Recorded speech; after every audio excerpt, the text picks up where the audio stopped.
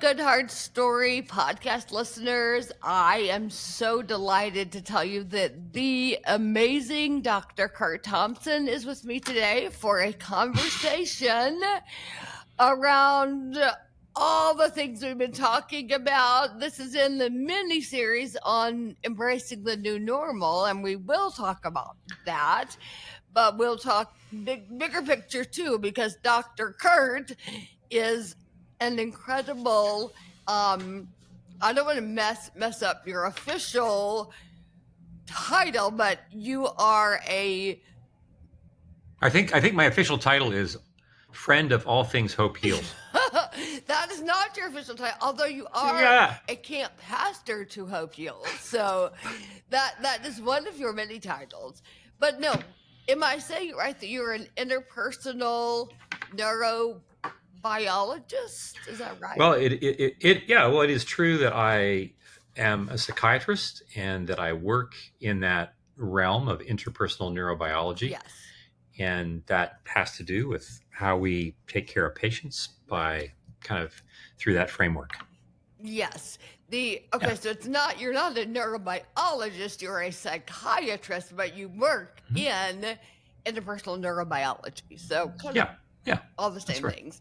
And what our listeners should know, and I'm sure we've talked about this before when you've been on the podcast, and I've talked about it a ton, so nobody's so surprised.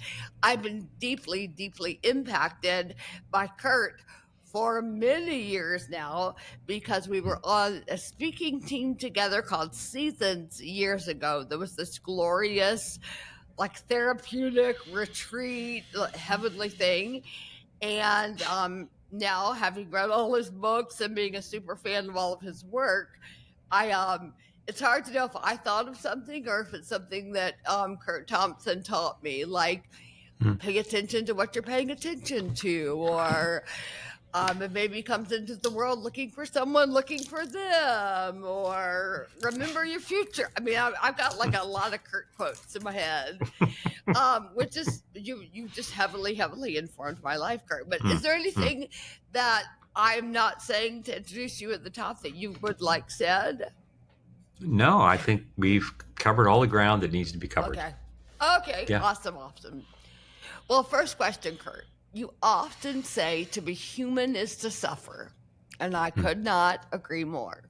In fact, I interviewed Dan Allender a few months ago, and he went as far as to say everything east of Eden is trauma. And that really struck me. Everything in our world is trauma. And you say to be human is to suffer. Why do you think it's so important to recognize the reality of our suffering, even when our stories don't feel especially traumatic or painful? Well, I think it's important to say at the outset that suffering is not a good thing in and of itself. Nobody's suggesting that suffering is a good thing. The biblical narrative doesn't suggest that suffering is a good thing. Right. But Jesus himself names in John 16:33 that we live in the world that suffers. In this world, you will have trouble. In this world, you will have tribulation.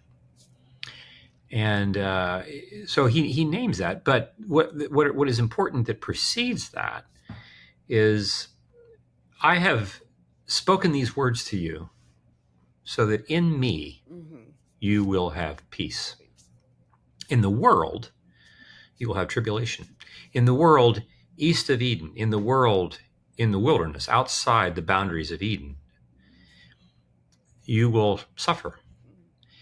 Now, so we're not suggesting that, it should be our purpose to go dig up where we are suffering just for the sake of finding out where we suffer. But I think it is important for us to recognize that the Christian story is the only story in the world that honors suffering, that looks suffering square in the face and brings to that suffering Jesus' words that precede that we live in a world of tribulation, and that is that in me you will have peace. This whole notion that so much of what I do in my world, all of the accessories that I collect around me, and we who live in the West, I have lots of accessories. Mm-hmm. I don't necessarily have peace. I have accessories. And yet, if I'm going to have peace, if I'm going to have hope, I'm going to need to allow Jesus to speak to and access the parts of me where suffering really exists. And so much of my life is not, it can be good in and of its own right, but then we can use the things that are beautiful and good about the world also as a way to distract me from myself. Mm-hmm. And so we find that this happens in our confessional communities as people start to tell their stories. They discover parts of their stories that they didn't know, Right. where suffering exists. And I think, to Dan's words about all of life is trauma, that word trauma has come to a point where, when I was in training in medical school and residency now, more than 35 years ago, almost 40 years ago, the word trauma was set aside for particular large siloed experiences of human suffering, whether that's combat, whether that's sexual abuse, whether those are some things that, and 40 years ago, these were not things that we talked about very much. Of course. And now the word trauma has made its way into the cultural conversation, where it's not uncommon for that word to be used in a lot of ways, even to the point where some people would say, there's sometimes when it doesn't really actually have a meaning, because if everything's trauma, then nothing's trauma. But I would say this, that in some respects, one way to think about trauma, one way to think about our suffering, is the collection of unrepaired ruptures that we have. And some of us can grow up in families where we have all kinds of ruptures that were never repaired, but I have enough in my life that helps me kind of paper mache over that. I have enough accessories. Mm-hmm. And even my relationship with Jesus sometimes gives me enough.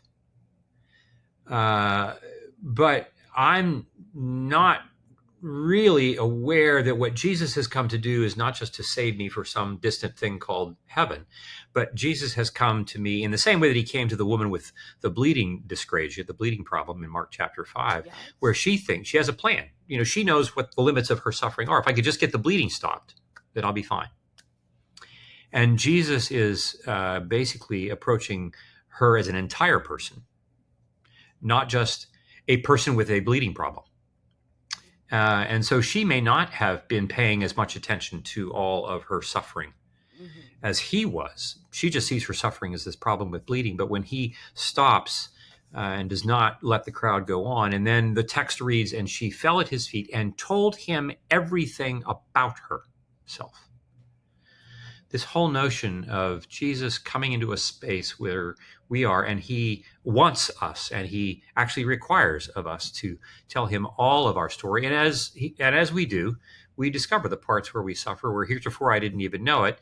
But when I do discover it, especially in the context of a community in which I'm being loved and seen and soothed and all those things that we talk about, we find that my suffering becomes redefined. Right. It doesn't even mean that my suffering always is resolved, but it means that my relationship to it changes dramatically. Interesting.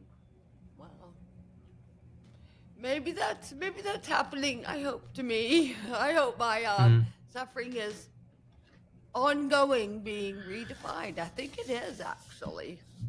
Yeah. Curt, when it comes to suffering, I think our default human response is to figure out how to end it, or at least mitigate it as quickly as we can. Mm-hmm. Do you think that's the best move? And is there a way we can learn to suffer well in a culture that avoids pain at all costs? Mm-hmm.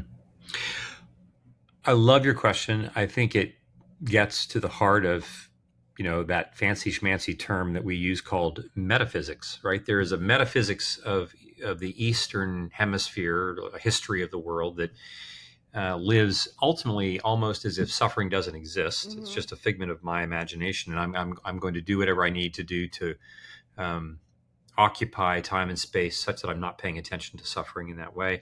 And in the Western metaphysics, there is a sense in which suffering is a thing that I need to get rid of. I need to resolve. And if we haven't resolved it, then we're just going to continue to resolve it.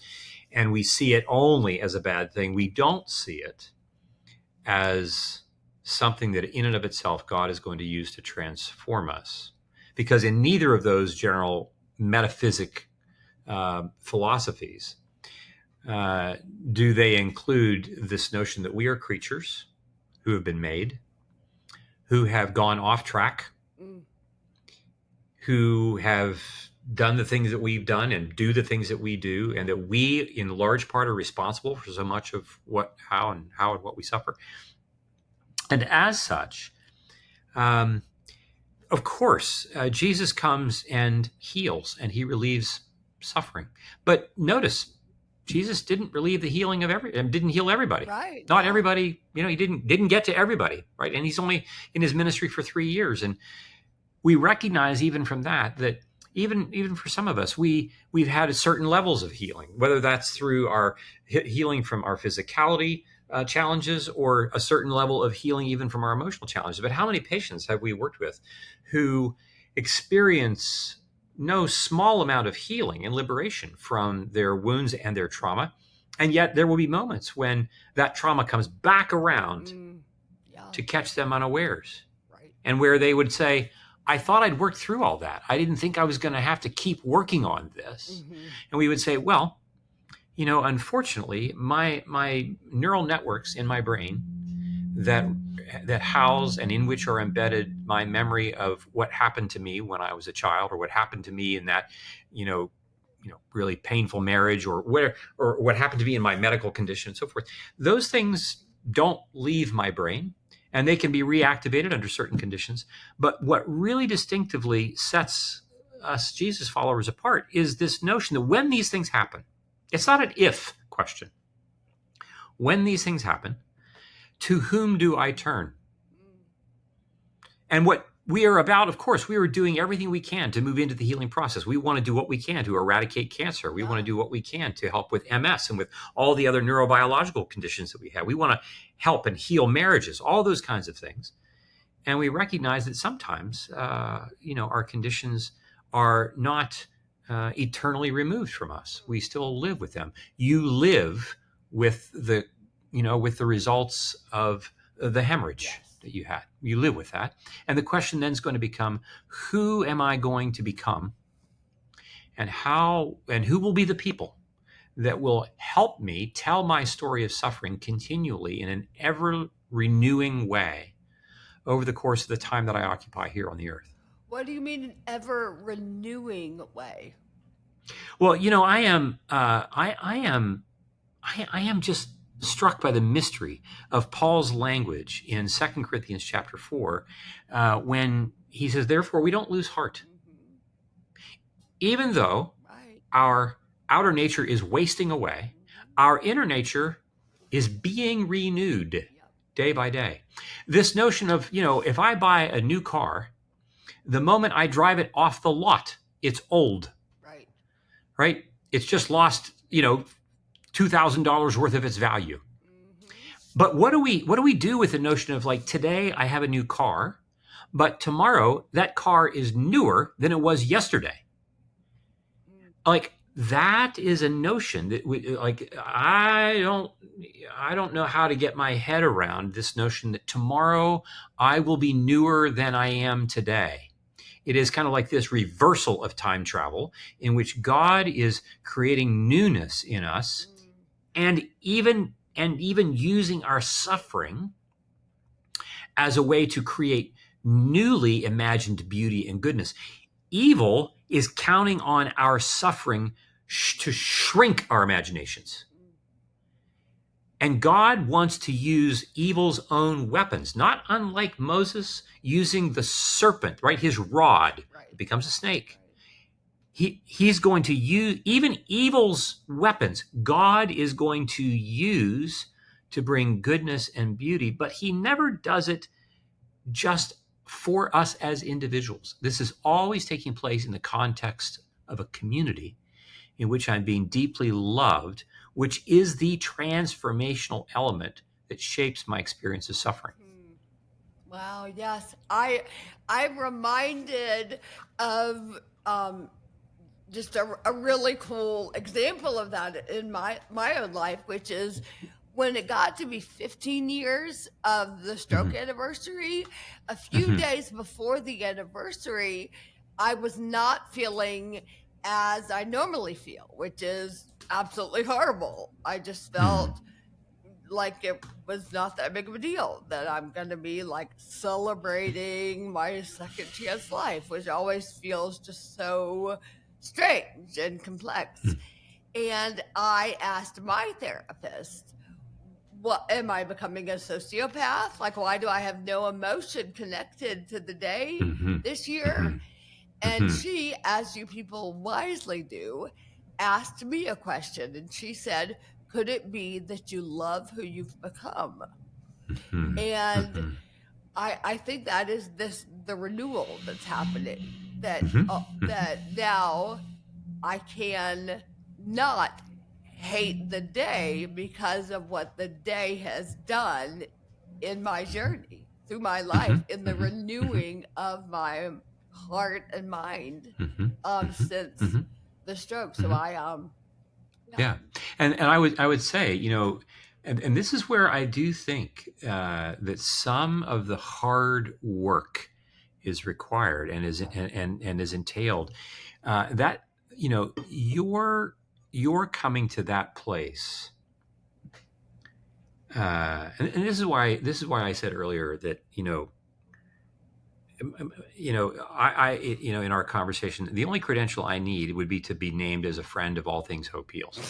Please, Curt. No. Because this notion that God really does long to have serious partnerships with us. But part of that partnership process includes our maturation, our growing up. Adam and Eve were immature and naive. He did not make them humans who were fully aware of all things. They were not fully aware of the serpent who was coming. He didn't give them a list of all the potential side effects of signing on to this creation mission. They have to learn. Now, they were given instructions. He's not being silent or, vague. God's being very clear and very simple. But there is a testing that takes place. They are going to be tested. We are all, because we are being matured. We are being grown in. We are growing up into the kings and queens that we are intended to be when the new heaven and earth arrives. And this whole notion of the work that is involved in turning our attention, practicing turning our attention to what it means to be loved in the middle of our suffering takes extraordinary effort. And so I would say that when in that moment, that 4 or 5 days before your 15th anniversary, when you find yourself awakening to a state of relative well-being, that's not magic. And that's not, just simply a wave of God's wand. That is God and you partnering together. That is your practicing day after day, hour after minute after second, turning your attention continually, practicing, turning your attention toward being loved, when the evidence around you in the chaos of your life would have you wanting to turn your attention to something else. And as you do that, it's not just that you have a different feeling. I mean, pursuant to your therapist's reflection, like you have become a different person. Right. A newer person than you were 15 years earlier. Yeah. I like to say that suffering forms new people, and Jesus in our suffering forms a new creation. And I think that is what has happened. That In reading Adam Young's book, like I was telling you yesterday, he talks a lot about anger with God, and I am here for it, absolutely. But I don't feel angry at God anymore. I'm not Mm-hmm. sure if I ever fully did. And I Mm-hmm. realized Mm-hmm. I don't know what that is exactly, but maybe the word is a sort of a partnership. It can Mm-hmm. absolutely be a partnership, but there's a lot of anger at God. Mm-hmm. But something Mm-hmm. has crossed over to where I think I really am accepting the story or something.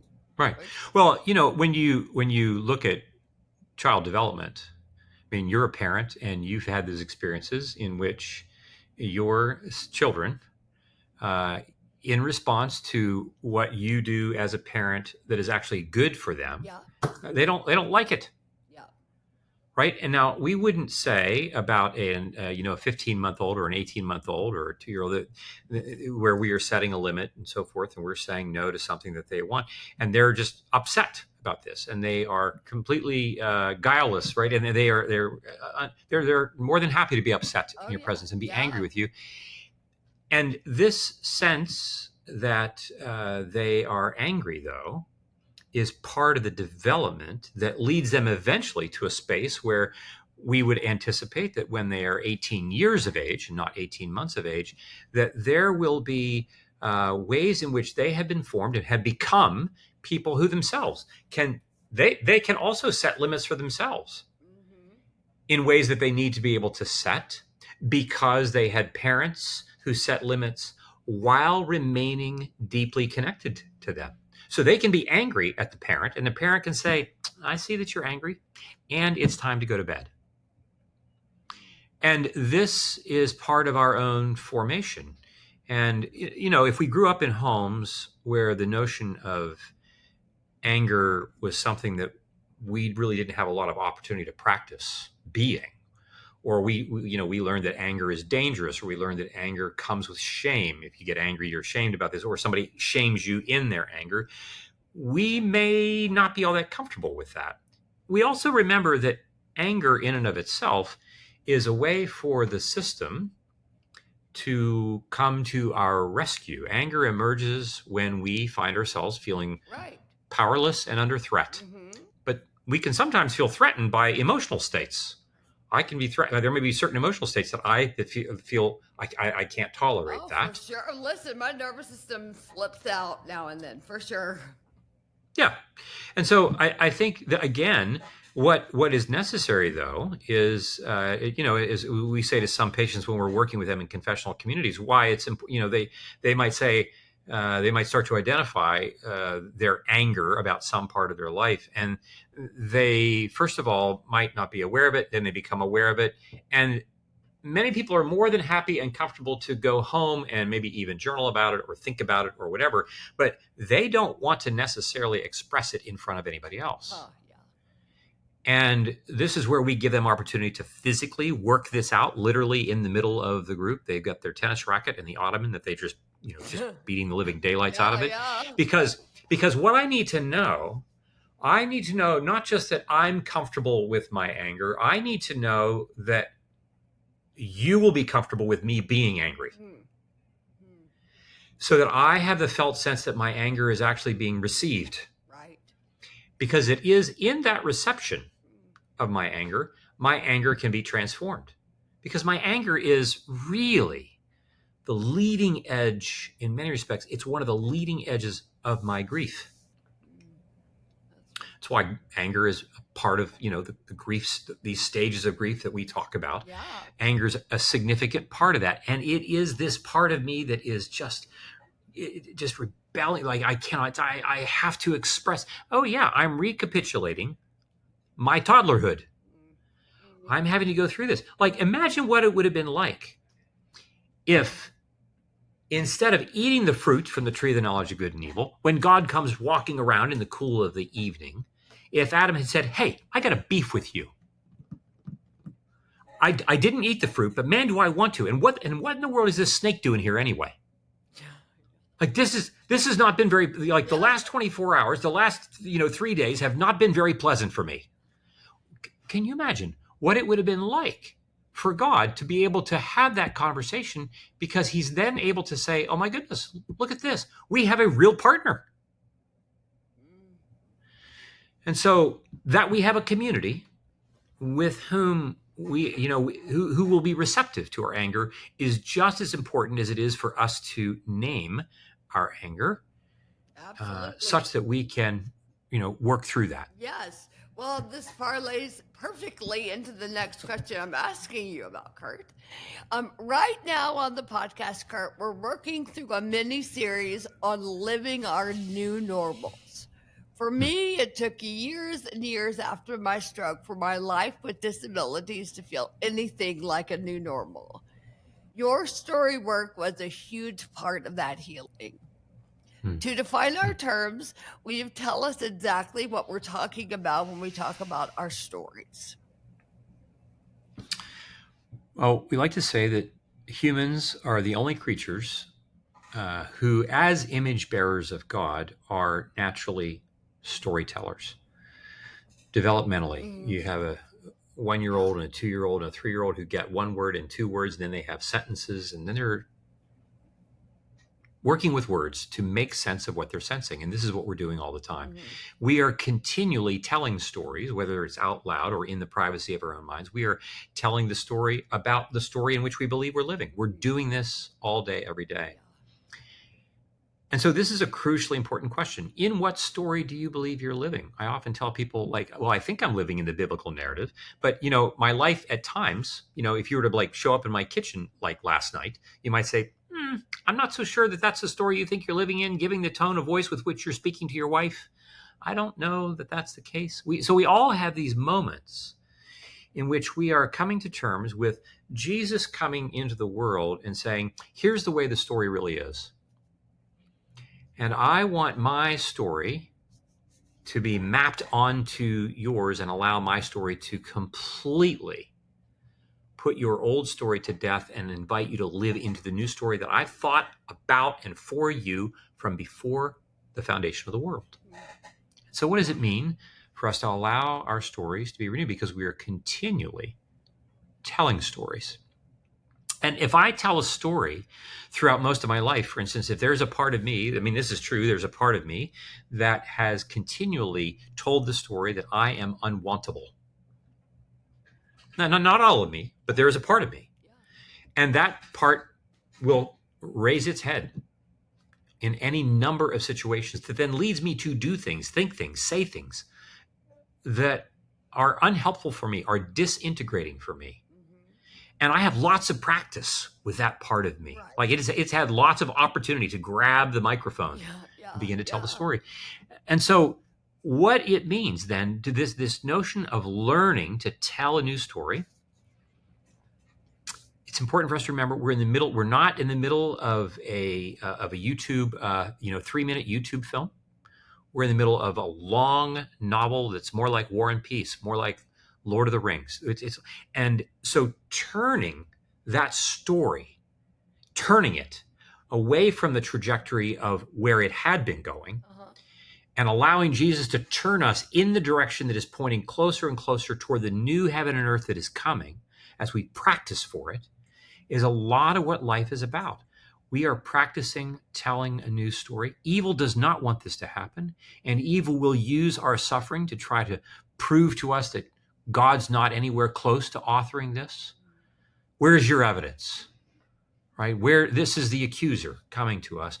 Also trying to tell a different story, just like it did in Genesis chapter 3 with the first husband and wife. And so, I look at your life and the life that,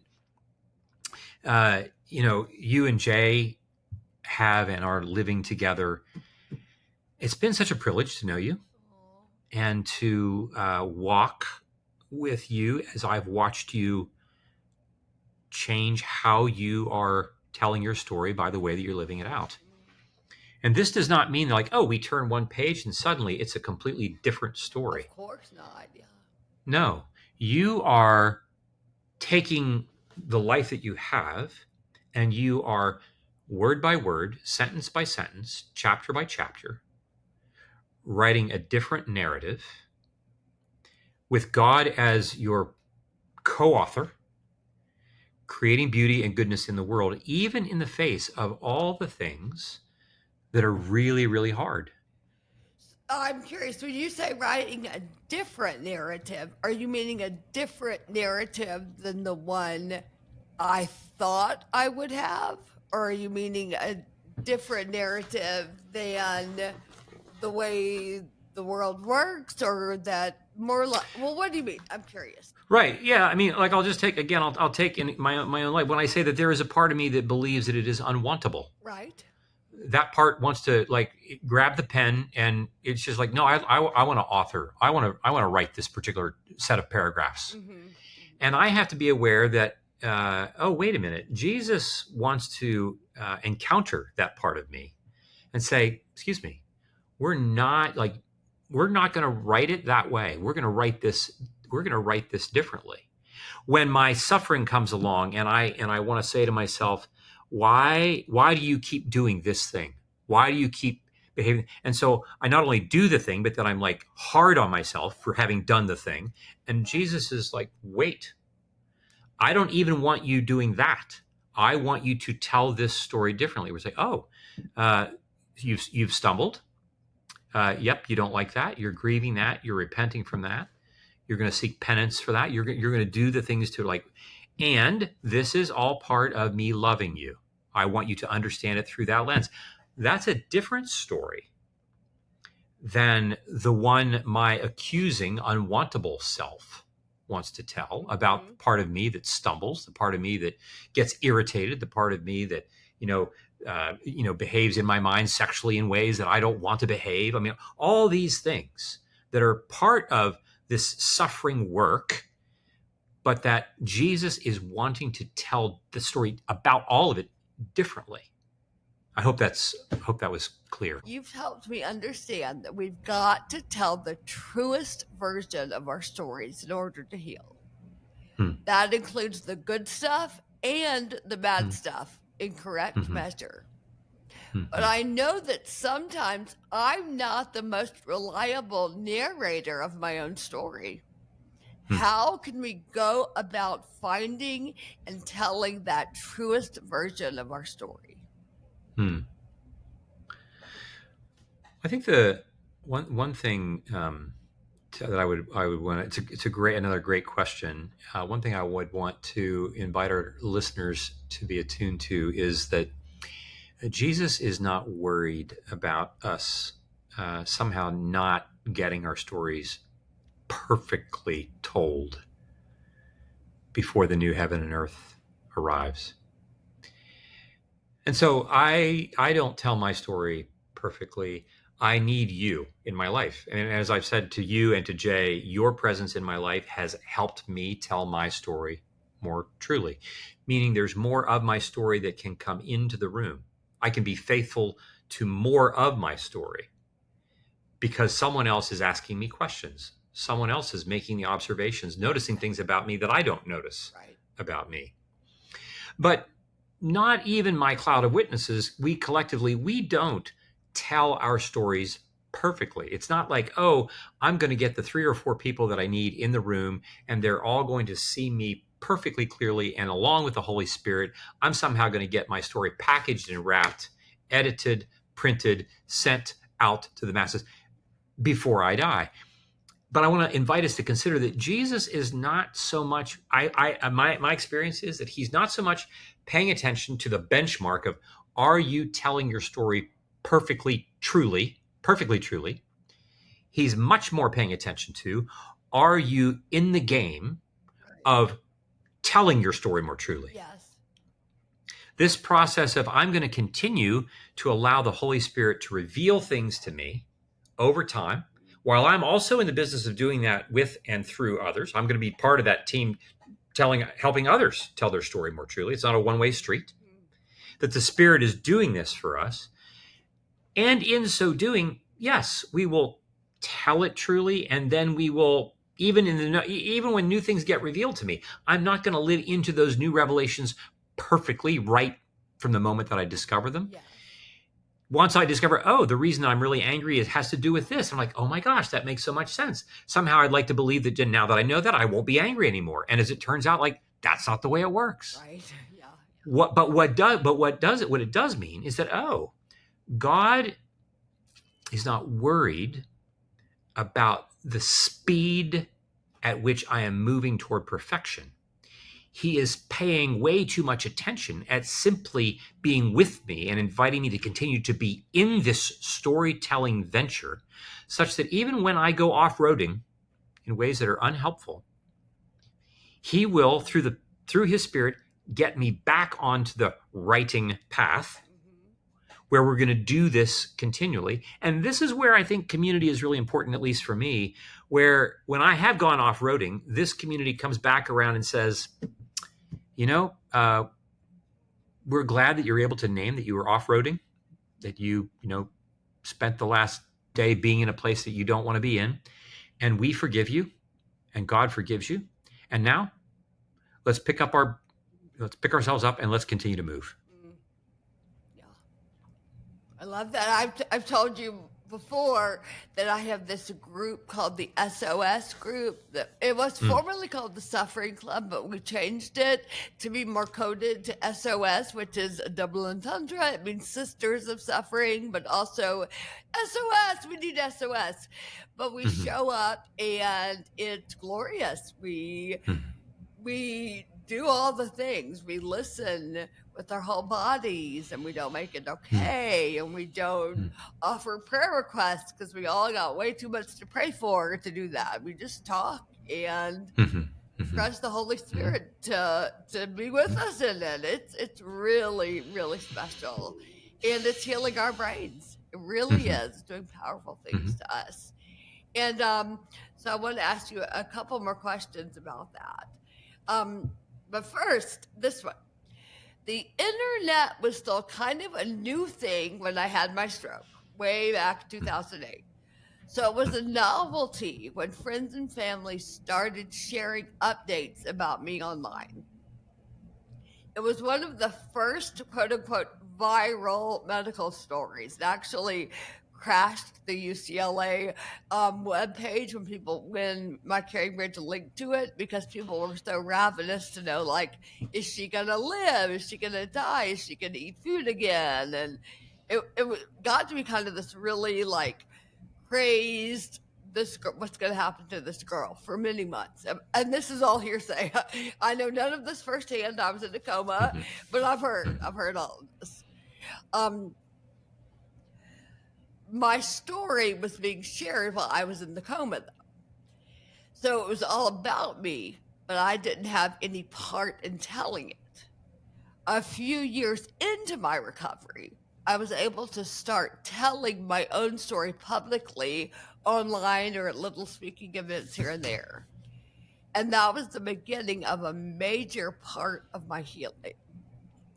And you gave me words for this experience, that telling my story to empathetic listeners will change how I feel about my story. So, Curt, can you explain to me why being seen and known like that was so cathartic for me? Well, first of all, I just want to say I celebrate with you that that has been and is your story, that people have come to be with you and to listen empathically and to celebrate things with you. What's noteworthy is that, in many respects, your experience follows that of normal human development, right? As we like to say, everybody's story is first told by somebody other than them, right? Your parents, they discover that they're pregnant with you and they start to tell a story about you long before you're born. Yeah. And in fact, the primary storytellers of our lives, once we get into the world, are other people. And they become the primary storytellers for many, many years. Because, I'm a newborn. Like, I didn't ask for this set of clothes to be put on me. I didn't, all these things that somebody else is telling my story. And so it's crucially important. So when we say that people are telling your story before you do. That's important, but I think it would be important also to say, and this is where this is really crucial. We like to say that 60 to 90% of all human communication is nonverbal. Right. And so even though in your coma, right, yeah, you were not consciously telling your story, right. The reality is that your presence as you were was the primary authoring point from which people were talking about you, right? When our parents get pregnant with us, as it turns out, yes, they're the ones who are talking, but we are the ones who start it. Right. Our presence starts it. Yeah.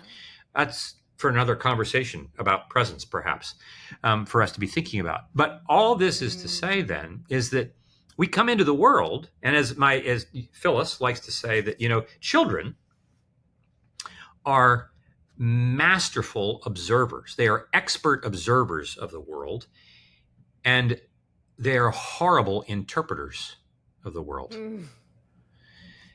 As a parent, you know this to be true. Definitely. And so our job, as Phyllis also likes to say, our work as parents is to interpret the world for children. And for many of us, our stories and our place in the world has been misinterpreted by our experience and by the people who've been with us.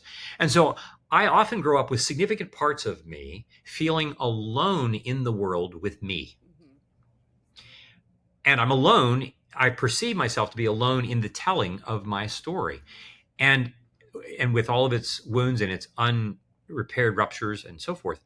However, when someone listens to me being able to tell this story with the intention being to listen to my story, it creates, first of all, my felt sense that I am connected to someone else. If it is true, and I believe it is, that all cosmic anxiety is ultimately a feature of it's not good for the man to be alone, nor the woman, that anxiety is ultimately cosmically about my separation from God and others, then when someone begins to listen to my story, what they're really doing is they are beginning to enable us to live as we were intended to live in the first 2 pages of the Bible. And this empathy enables me then to reimagine, because I'm not just getting new insights about my story. I'm first having the felt sense that in my story, in my grief, in my pain, my loss, my shame, my trauma, I am not alone with it. And that is the first necessary requisite for us to then begin to imagine a different story. And for me to imagine a different story requires for you to imagine it for me while my imagination is trying to catch up. So interesting. I want to talk to you in a moment. I'm not to that question yet, about all this hopeful imagination work that you are giving me language for. But first, what you just said, I wanted to tell you, so much of what Jig and I share and talk about in parenting circles is around this notion of we as parents have got to be about narrating the world to the world. And I think that's actually also a Curt Thompson quote. I don't know what you said that triggered me to think that, but that's it. I guess interpreting the world is what you said. But. Yeah, that would be a Phyllis Thompson quote. Okay, that's Phyllis Thompson. Did you say narrate, or did I make that up? I don't know. That might be your word. Okay, cool. Yeah. Curt, you often speak of story work as both an act of remembering and reimagining. Describe to us what it looks like to engage the painful parts of our story without being overwhelmed by that pain.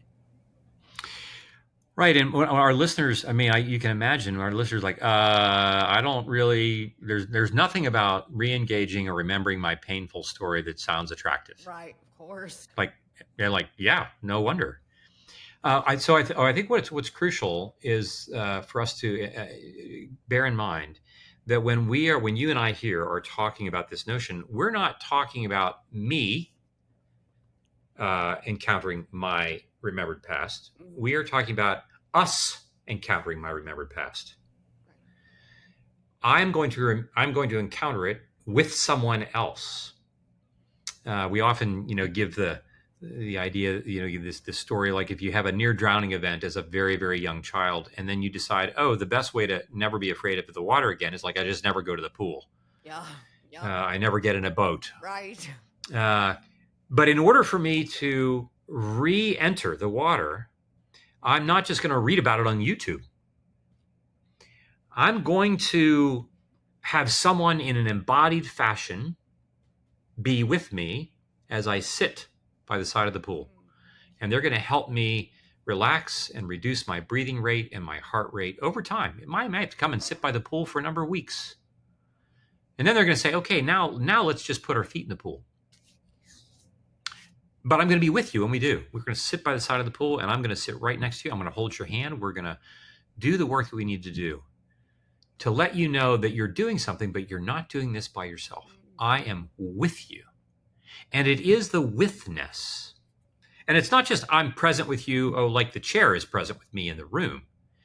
I am with you and intending to go someplace with you. And so the whole notion of someone being empathic for the mere sake of feeling what I'm feeling is not enough.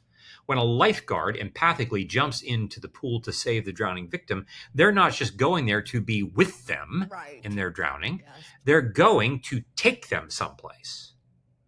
This notion of being taken someplace, as we all know, there are those who are drowning who are so panicked that they start to take the lifeguard under because they're so panicked. Mm-hmm. And what will the lifeguard do? They will back away from them and let them go under so that they can take them someplace. This is some of what's challenging. We want to be relieved of our pain, but we also have to be aware that when Jesus comes to relieve us, he has no intention of just relieving us of our pain and leaving us there. He's taking us someplace. And it is that taking me someplace new that is going to, and it's going to entail its own form of suffering. Because it's like, I'm going to have to, he's like, he's going to relieve me of my withdrawal symptoms, from my alcoholism. But he's also then going to say, you can't drink anymore. That's going to require hard work. Mm-hmm. And so the whole telling of a new story sometimes also entails telling it differently in ways that are going to be hard for me to tell it. And this is where the presence of others who can say, yep, this is really difficult. Let's get closer to the pool. Wow. So powerful. Yeah, I desperately want to, all the things. I want to, Curt, I don't know how to ask this exactly. I want to become the empathetic listener who truly is the empathetic listener in the room that is enabling that to happen for people all the time. Do you have any tips on how to be more and more that person? Well, I think the first thing to recognize is that empathy is, there are elements of it that are, researchers think there are elements of it that start to emerge even as young as 18 to 24 months of age. It's hard to know that because we don't have research that's asking 18 to 24-month-olds, hey, so can you tell us more about your experience here? But what we also know is that empathy is a learned skill set. It is not just a thing that you have or you don't have. It's not like breathing. Mm-hmm. It is a felt sense of, it is an intentionally learned and mimicked behavior, which means it's harder for me to truly be empathic for others unless I've either watched it happen or unless I've experienced myself coming from someplace else. And so one of the first questions that we would say, if we want to be more empathic, we would say, well, where are the places in your life where you can name and identify that someone else has been empathic for you? Because if you can't name it, none of these tips are going to be that useful. Right. But then the next thing I would say is noticing. One of the first practical things is on the road to becoming more empathic is, what has it been like for you to notice when someone else has given you the experience of feeling felt, right? That's number one. Mm-hmm. Number two, when you witness someone else who's in distress, what are you aware of that is your first response? Do I feel uncomfortable? Do I feel overwhelmed? Do I feel sympathy? Do I have some felt sense of compassion for this person? And then to notice that the process of being empathic, of being present for someone, once you are aware that you feel drawn to be closer to them, to be compassionate with them, one of our, we sense somebody in trouble, we feel compassion, and we want to resolve it. We want to stop that. Right. And so we come with solutions. When empathy is really much more about being present, and so therefore being able to ask others, what is it like for you to feel what you're feeling? And so I'm going to then have to be aware of when they start to talk about that, am I comfortable receiving this? And the more I recognize that I'm having the experience of someone being present for me, I can then also strengthen my capacity to be present for others. As we say, we can't give what we don't have. Right. And then we would also say, asking particular questions. Tell me what you're feeling. What is it that you feel? What happened to you? Who are the people that you know that you can imagine care for you about this? What feels overwhelming to you? Tell me more about these kinds of things. And one of the things that we don't have a lot of practice doing, and that is imagining that our very presence itself, our attuned, curious, not condemning, curious presence itself goes no small distance in creating opportunity for healing long before and even without our needing necessarily to give people tactical solutions for the problems in which they find themselves. Right. Totally. So those are some things many to times, consider. Just keep your mouth shut is probably better. Right. Exactly. Yeah. No, exactly. I think that's so good, so true. And how we all want to live. Goodness, is being that for each other. Yeah. Curt, you taught me and Jay that what we pay attention to becomes what we remember, and what we remember determines how we anticipate the future. That truth has become central to our lives and ministries, but it is a very complicated thought. Can you unpack for us what it means and why it matters? I think, Catherine, again, another really helpful and important question for our listeners. In some respects, that notion that what we pay attention to, we remember, what we remember becomes our anticipated future, is just simply a description of how human beings operate every day in the world. I think what's most important is the first question is a question that you've alluded to earlier, and that is, how well am I aware of what I'm paying attention to? How am I paying attention to what I'm paying attention to? So that's just one exercise. And, you give people exercises to say, I want you to just set a little timer on your watch or something where, a couple of times a day, when the timer goes off, you can just be curious, to say, what have I been paying attention to in the last hour? In the last 5 minutes? Right? Because for most of us, we are so on autopilot that I'm not even pausing to be aware that I'm paying attention to things. For sure. And then becoming attuned to the fact that what I'm paying attention to are the things that I'm encoding. If I'm paying attention to my regrettable past, and that's where I'm sitting, that will necessarily feed an anticipated future of anxiety. If I'm paying attention to things for which I can be joyful, things for which I can be grateful, I'm encoding within me an awareness that life is hopeful. And that in and of itself indirectly helps me create an anticipated future that is also hopeful.